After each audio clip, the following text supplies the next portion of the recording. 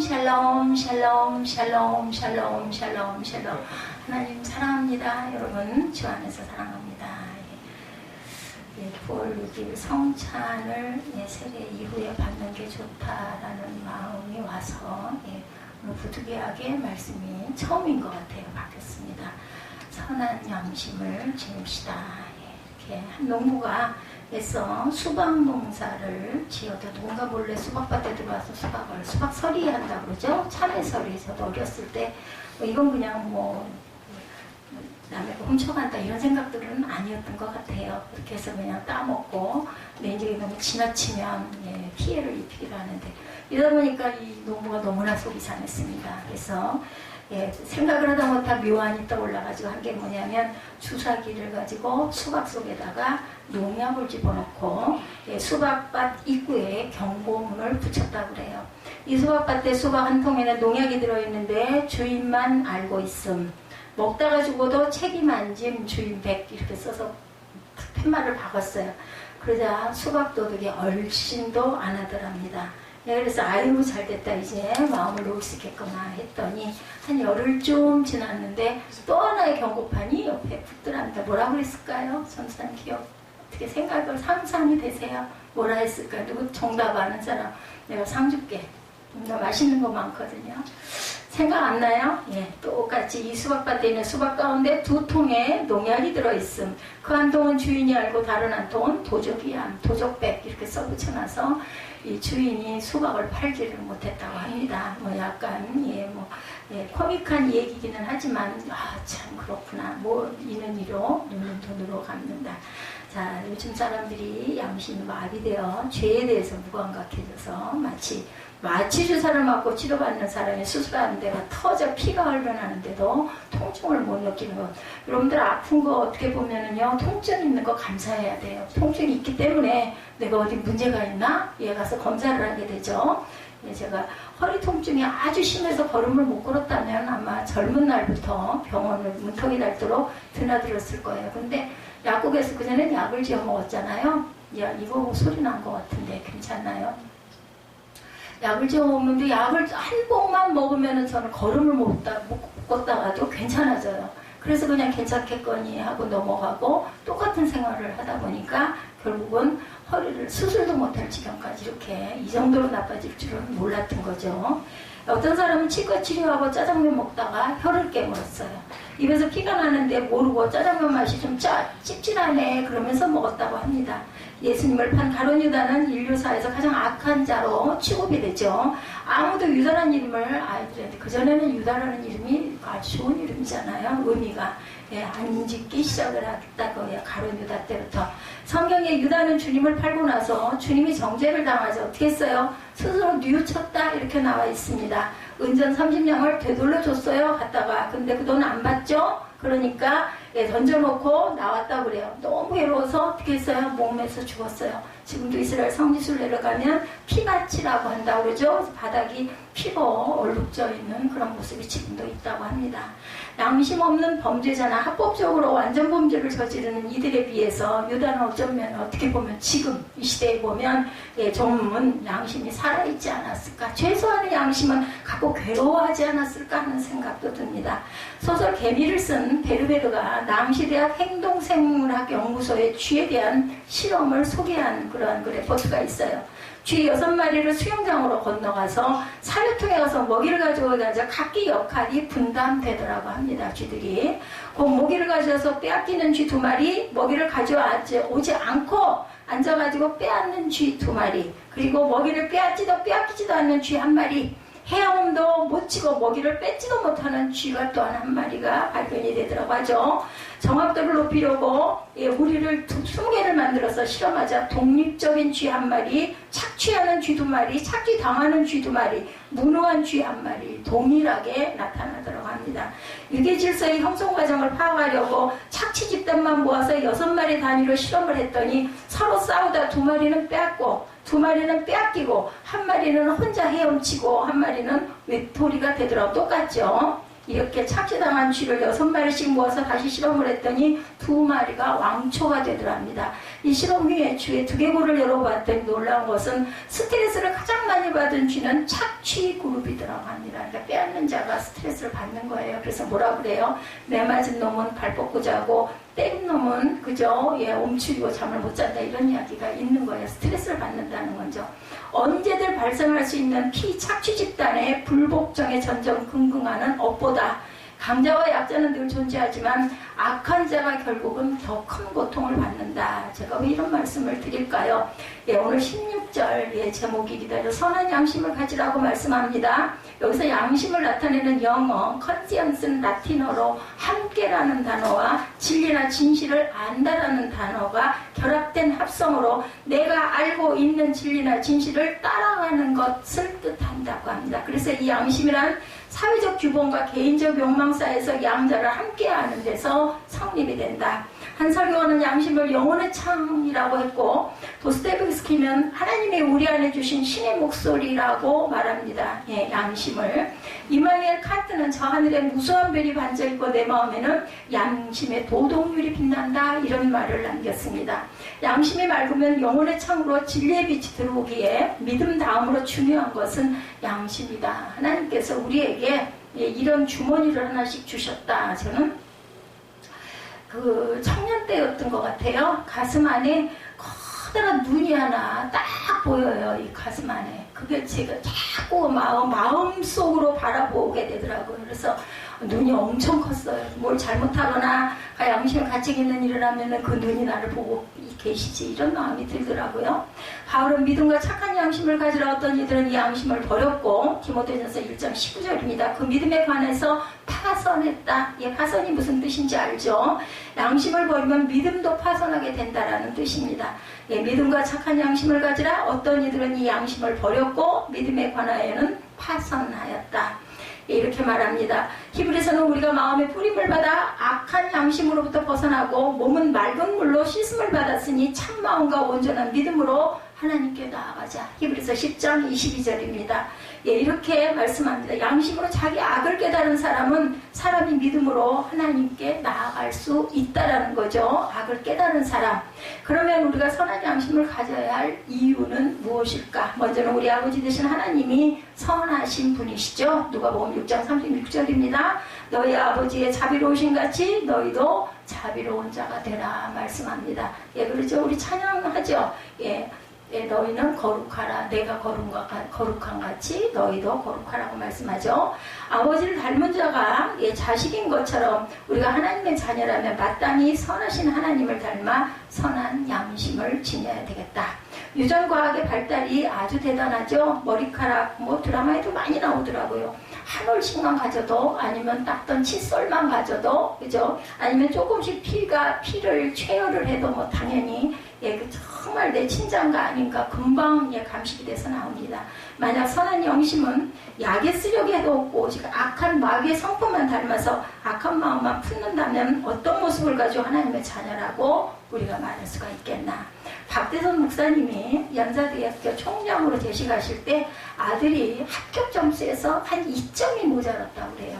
그래서 교수회의가 열렸다고 합니다. 총장님의 아들이기도 하고 점수 차이도 너무 근소하니까 그냥 우리 입학을 시킵시다 라고 했습니다. 총장님에게 가서 그 말씀을 드렸어요. 얼마나 반가웠겠어요. 저 같으면 어이구 감사합니다 했을 것 같은데 어땠겠습니까? 박대선 총장님은 두말 없이 총장 사직서를 써서 내놓고 나를 택하든지 우리 아들을 입학시키든지 둘 중에 하나를 해라 이렇게 얘기를 해서 결국은 총장 사저가 연대 안에 있는데 연대 안에서 아들은 경희대학교를 다녔다고 합니다. 나중에는 이 존경을 받고 감리교 감독까지 책임을 지시게 되죠. 우리가 악을 이길 수 있는 길은 선밖에 없다라는 거죠. 바울은 로마서 12장 21절에 악에게 지지 말고 뭐라고 그래요? 선으로 악을 이기라 이렇게 말씀합니다. 흔히 악으로 악을 물리치려 하지만 아까 그 수박에다가 주워 놓는 거 그거는 주인이 악한 것까지는 아닐 것 같아요. 근데 농약을 놨으니까 위험하긴 하지만 그랬더니 결국은 어떻게 해요? 똑같이 그걸 따가는 사람도 같이 뭐 하나의 뭐 유머로 쓴 얘기일지는 모르겠지만 어쨌든 결국은 그건 아닌 거죠. 악은 없어지지 않고 악은 점점 더 극악을 떨고 커진다. 악을 다스릴 수 있는 가장 효과적인 방법은 사랑으로 그를 감싸는 길이라는 겁니다. 허드슨 테일러가 중국에서 선거할 때 중국인의 옷을 입고 강을 건너려고 배를 빌렸다고 합니다. 그런데 허드슨이 배를 타려고 하는데 마침 거만한 중국인 부자가 자기가 타야 된다면서 허드슨을 밀어젖혀서 진흙탕에 그만 넘어지고 말았다고 그래요.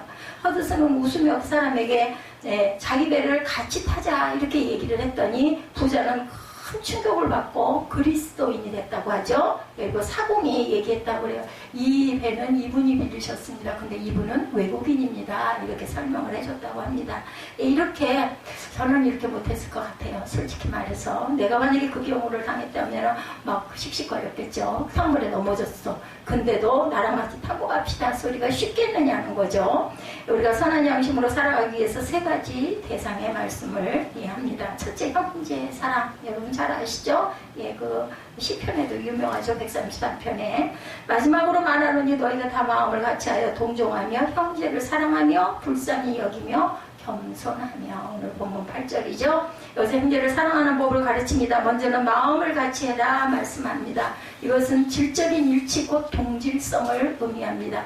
우리가 그리스도 안에 있는 형제라면 본질적인 문제에 대해서 일치해야 되겠다. 우리 아까 찬양했죠. 우리는 사랑의 띠로 하나가 되었습니다. 우리 1부 때 찬양한 것 같습니다. 사람은 자기를 닮은 사람을 좋아하는 심리가 있어요. 그래서 뭐 붕어빵, 북한빵 소리 많이 하죠. 예, 아들이 똑같이 닮아. 그러면 어이구 붕어빵이네 이 소리하고 또 아빠는 아주 흐뭇해합니다.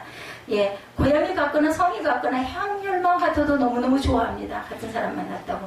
우리 그리스도인은 서로 다른 점들이 많아요. 그냥 뭐 정말 전혀 피도 안 섞였어. 근데 예, 근본이 그리스도로 말미암아 하나님의 자녀가 되었기 때문에 같은 뿌리를 가졌고 뭐 우리가 지저스 피가 흐른다. 그래서 우리는 형제 자매다. 이런 얘기 많이 하죠. 궁극적인 운명이 하나가 될 것이기에 이런 마음으로 하나가 되어야겠다. 성 어거스틴은 그리스도인의 교제에 대해서 본질적인 것에 대해서는 일치를, 비본질적인 것에 대해서는 관용을, 그리고 모든 것을 사랑으로 하라. 성 어거스틴이 어떤 사람이었는지 아시죠? 어머니를 발로 걷어차가지고 눈길에 어머니가 밤중에 그저 땅바닥에 엎어져서 기절을 할 정도로 아주 난폭했던, 만이교에 빠져가지고 술고래가 됐던 그런 사람인데 뭐라고 말해요? 본질적에 대해서는 일치를, 비본질적인 것에 대해서는 관용을, 모든 것을 사랑으로 하라. 이렇게 변화가 된다는 거죠. 많은 시기와 고난을 겹치고 사건을 겹쳐서 어머니의 또 눈물 어린 기도가 있었기 때문에 이렇게 바뀌었어요. 그죠? 우리는 방법의 문제로 불필요한 시비를 가리는 경우가 있지만 그리스도인들 사이엔 무엇을 왜라는 문제에 대해서는 절대로 의의가 없어야 하겠다. 우리가 무엇을 해야 하는가, 왜 해야 하는가, 이것에 대해서는 우리가 일치를 해야 되죠. 그리고 어떻게 해야 하는가는 방법들이 나올 수가 있습니다. 다음은 동정하며 불쌍히 여기라 말씀하죠. 동정이라는 말은 헬라어로 같이라는 말, 같이, 함께, 느낀다는 두 개의 단어가 합성으로 같이 느낀다, 이런 뜻을 갖고 있습니다. 그래서 동정이란 이웃의 기쁨과 슬픔, 이웃의 모든 삶의 자리에 동참할 수 있는 삶의 태도를 가리킵니다. 우리가 진정 형제를 사랑하는 교제를 나누기 위해선 그들의 기쁨과 그들의 슬픔에 동참할 수 있어야 되겠다. 근데 우는 자와 함께 우는 것은 쉬운데 성공해서 웃는 자와 함께 웃기는 정말 어려워요. 사촌이 땅을 사면 배가 아파서, 그죠? 슬픔도 기쁨도 함께 나눌 수 있을 때 이것이 진정한 형제 사랑이 될 수 있다는 거죠. 하나님의 성품은 우리를 긍휼히 여기시는 마음입니다. 우리를 불쌍히 여기시는 그 마음으로 인해 우리가 하나님의 진노와 심판이 아닌 긍휼과 자비를 잊게 됐어요. 그래서 오늘과 같이 이 세례를 받는 의식도 생겨나게 됐겠죠. 우리는 형제를 어려움과 아픔을 생각하고 내 아픔처럼 안타깝고 마음 아프게 생각해야 되겠죠. 상대의 약점을 비판하기보다는 긍휼히 여기는 마음, 기도하는 마음이 있어야 됩니다. 우리 중에 누구도 실수 없이 완벽한 삶을 살아가는 사람은 없어요. 다 어떤 구석은 우리가 이웃집 누구네 집은 정말 대단해, 모범이야 하고 하지만 사실은 그 가족들은 또 가족들만의 애로가 또 있습니다. 누구나 서로 상처를 안고 살아가기 그렇기 때문에 불행히 여기는 삶의 태도가 없이는 성도의 교제가 언제든지 깨어질 수 있는 위험이 상존합니다.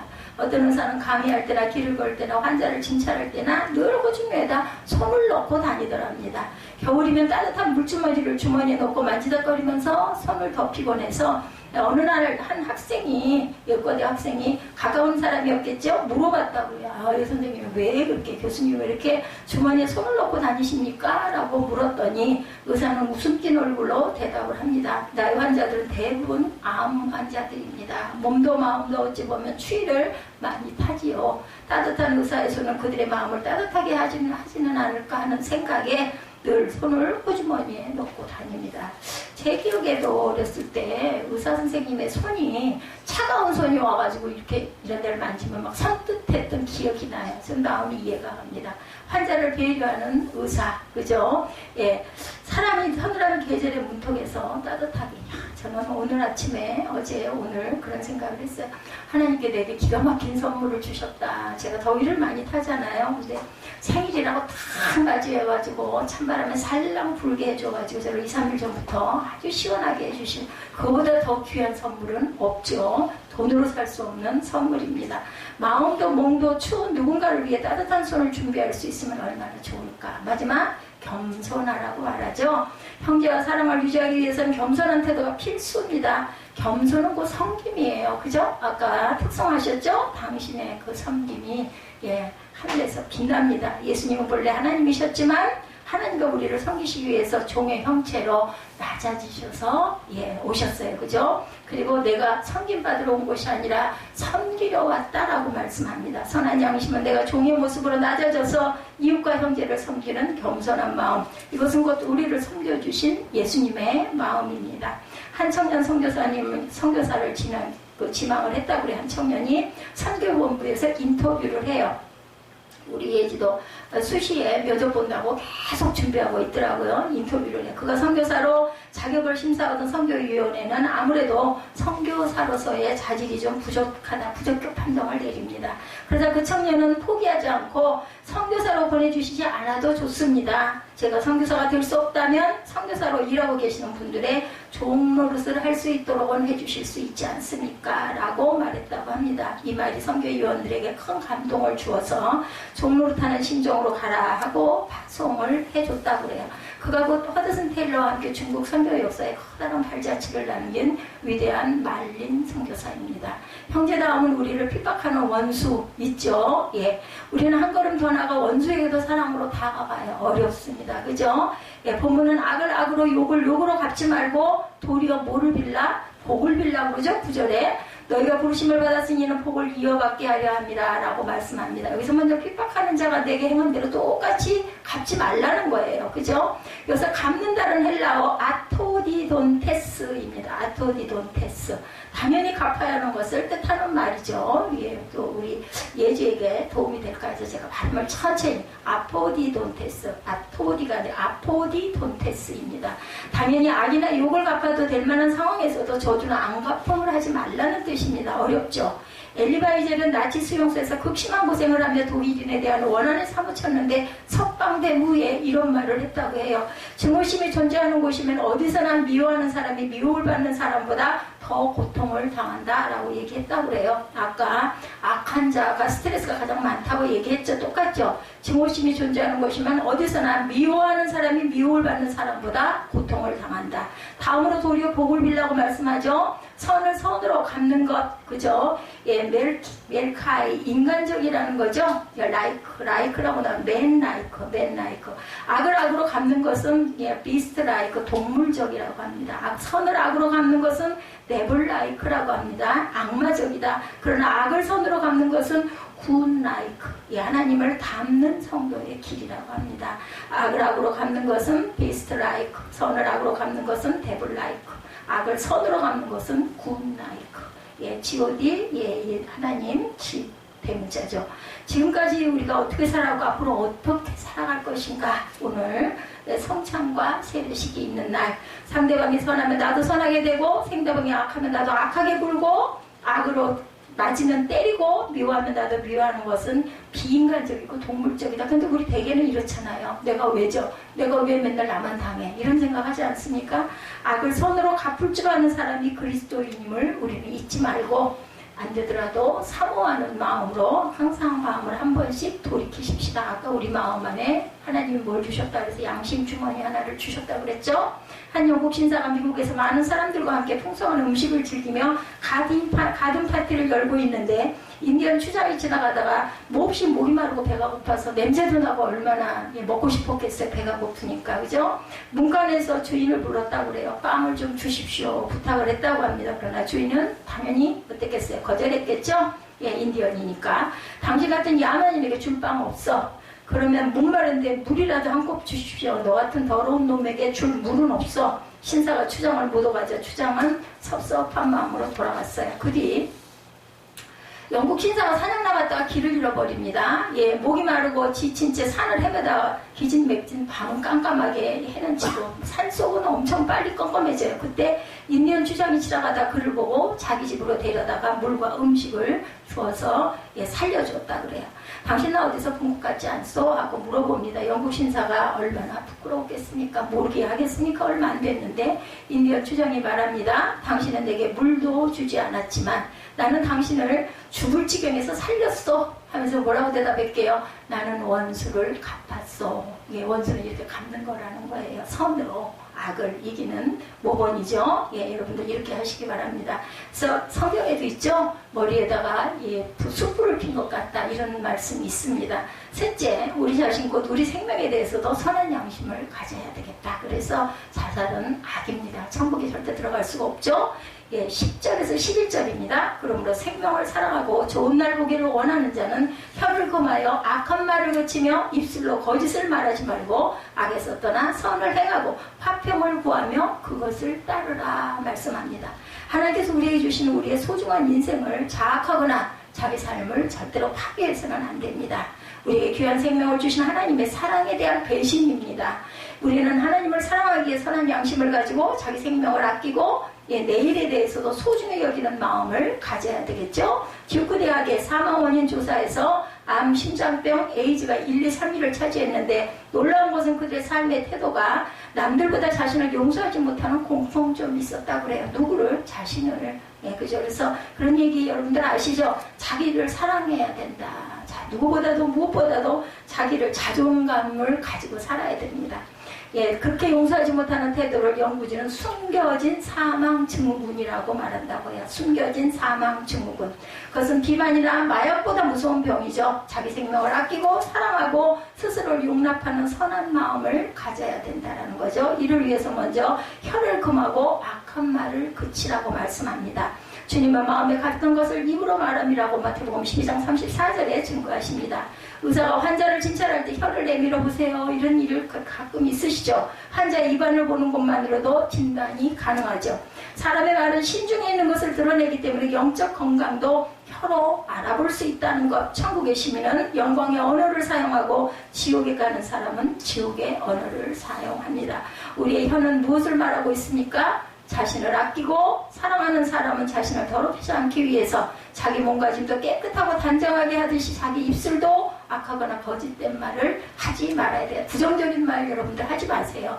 그 마음은 이해해요. 그리고 꼭 그럴 것 같으니까 사실일 수도 있으니까. 그런데 부정적인 말은 그 말이 결국 내게로 돌아옵니다. 살인은 한 사람을 죽이지만 험담은 험담을 늘어놓는 사람, 듣는 사람, 험담의 대상까지 세 사람을 죽인다고 합니다. 그래서 그 불의 화구라고 하죠. 우리의 입술, 우리의 혀가 모두가 피해자가 된다는 거예요. 아주 잘 되는 사람은 아무도 없어요. 자신을 위해서도 혀는 금해야 된다. 다음으로 악에서 떠나 선을 행하라고 말씀하죠. 처음에 내가 악하지 않았는데 악한 사람으로 인해 일을 갈다 보니까 얼마 후에 나도 악해지게 됩니다. 이럴 때 함께 악에 빠지지 말고 악에서 떠나 적극적으로 선을 행하라. 그래서 그 사랑의 원자탄 이야기 제가 일부에도 했는데, 예, 그 손영원 목사님이 자기 아들들을 죽인 북한 공산당을 자기 아들로 양아들로 삼죠. 그리고 나중에 결국은 그 양아들이 자녀를 아들을 낳아가지고 그 아들이 목사가 되는 그런 열매, 아름다운 열매, 그건 말로 할 수 없어요. 저는 죽어도 못할 것 같습니다. 그런데 그렇게 열매, 그냥 사형수였을 텐데 그걸 운동을 해가지고 아들로 삼아서 석방을 시켜가지고 정말 대학을 보내고 신학교도 가고 전도사까지도 됩니다. 우리는 이 악한 세상에서 살더라도 절대가 악에 빠지지 말고 네가 그랬으니까 나도 똑같이 하지 이러지 마십시다. 어떤 미움을 당하더라도 함께 미워서 안 되고 어두워져서도 안 된다. 누구를 위해서? 나를 위해서입니다. 그래서 원수를 사랑하는 거는 그 사람을 위해서가 아니라 나를 위해서. 내 마음에 악을 갖고 있으면 내가 악해지고 악한 그릇이 되기 때문에 속에 담아있으니까 그 악이 더러운 게, 그죠? 아무리 어둡고 악한 세상에 살더라도 내 마음에 항상 평안하고 흔들리지 않기 위해서는 악을 비우고 선을 따르고 화평을 구해야 되겠다. 주님은 화평하게 하는 자는 복이 있다고 말씀하죠. 산상수훈 9절이죠. 5장 9절. 그들이 하나님의 아들이라 일컬음을 받을 것이라고 말씀합니다. 우리는 나 자신이 복되기 위해서도 이웃과 화평해야 되겠다라는 거죠. 고종원 씨가 2003년 무고한 시민 21명을 살해했어요. 제가 이 사람 이름이 기억이 납니다. 살인마라는 이름이 붙었어요. 그죠? 어머니 안에 5대 독자 아들까지 잃고 자살까지 생각하고 미국 여행까지 떠났어요. 그죠? 21명을 살해하고 그 어머니 아내 독자 5대 독자 아들 잃은 그 유영철 씨라는 분이 미국 여행을 떠났어요. 이 고종원 씨한테 이렇게 해를 당하고 잠도 못 이루고 가해자를 용서해야만 자신이 피해망상해서 벗어날 것 같은데 마음대로 안 되는 거죠. 계속 환상이 떠올라 어떻게 잠을 자겠어요. 이런 경우를 당했는데. 그러나 유영철 씨를 미안해서 영치금을 넣어주면서 오히려 용서를 구했다고 합니다. 그 사람에게. 왜냐하면 내가 살아야 되겠으니까. 내가 살기 위한 방법이죠. 그래서 그때부터 편한 잠을 잘 수 있었다 그래요. 내가 원수가 귀에 덫을 넣고 갖은 방법을 써보지만 마지막에 그것이 내게로 돌아와서 결국은 내가 칼에 찔리고 만다라는 거. 못된 사람 보고 치려오면 하다가 자기가 더 나빠지는 수. 부부가 살다 보면 닮아요. 근데 좋은 쪽으로 닮아가야 되는데 나쁜 쪽으로 같이 닮아가면은 둘 다 올무에 빠진다라는 거. 잘못을 바로잡고 정의를 세운다 하다가 결국은 자기가 극단의 악에 빠지게 되는 그러한 그 자신을 하나님께 의탁하지 못하는 그런 자세. 선한 양심을 지니면 주님이 함께 해주신다고 말씀하죠. 많은 자녀를 부양하던 어머니가 죽자 그 가족을 돌봐야 할 무거운 짐이 17살도 안 된 맏딸의 가냘픈 어깨 위에 지워졌다 그래요. 그녀는 한마디 불평 없이 가사를 맡아서 동생도 씻기고 먹이고 학교도 보냅니다. 어느 날 친구가 찾아와서 너무나 안 됐어가지고 말했다. 나는 당연히 해야 할 일 하는 것뿐이지. 칭찬을 하니까. 그렇지만 네가 꼭 해야 되는 것도 법도 없지 않니? 너 이 집에서 뛰쳐나갈 수도 있었어. 친구의 말에 그녀는 대답하더랍니다. 그래, 그 말은 맞아. 그렇지만 내 내면에서 들리는 해야 한다는 말을 내가 어떻게 외면하겠니? 우리 내면에 해야 한다는 목소리는 하나님께서 우리의 양심을 통해 말씀하시는 소리입니다. 믿지 않는 자들이라 할지라도 하나님은 우리가 그 의무를 받아들이거나 회피하는 것을 우리 자신에게 맡기셨어요. 그죠? 선택은 우리에게 자유, 본인이 선택하죠. 그것이 크나큰 희생을 통해 다른 이들에게 봉사하는 일이라 할지라도 양심에 따라 그 일을 하면서 살아가는 것이 삶의 진정한 기쁨인 것을 깨닫는 사람이 참된 그리스도인입니다. 윌리엄 템플은 말합니다. 예배를 드린다는 것은 하나님의 거룩하심에 의하여 양심을 살리는 것이고 하나님의 진리를 마음에 공복하는 것이고 하나님의 아름다움에 대하여 상상을 정결케 하는 것이고 하나님의 사랑의 마음을 여는 것이고 하나님의 목적에 의지를 바치는 것이다. 이렇게 말합니다. 가장 무서운 힘은 진리의 힘이고 가장 강한 힘은 선이라는 것을 절대 잊어버리지 마시기 바랍니다. 최대의 승리는 선으로 악을 이기는 것입니다. 그런데 주님이 위로하시고 세상 끝날까지 내가 너와 함께 하신다라는 그 약속을 지켜주신다라는 거, 이것이 바로 진정한 승리입니다. 선한 양심을 가지시기 바랍니다. 오늘 세례의식이 있는 오늘 선한 양심을 갖기 위해서 하나님 앞에 서원하고 공포하고 우리는 증인들입니다. 아까 우리 읽었지만 한 번 더 읽고 우리 예배를 마치도록 하죠.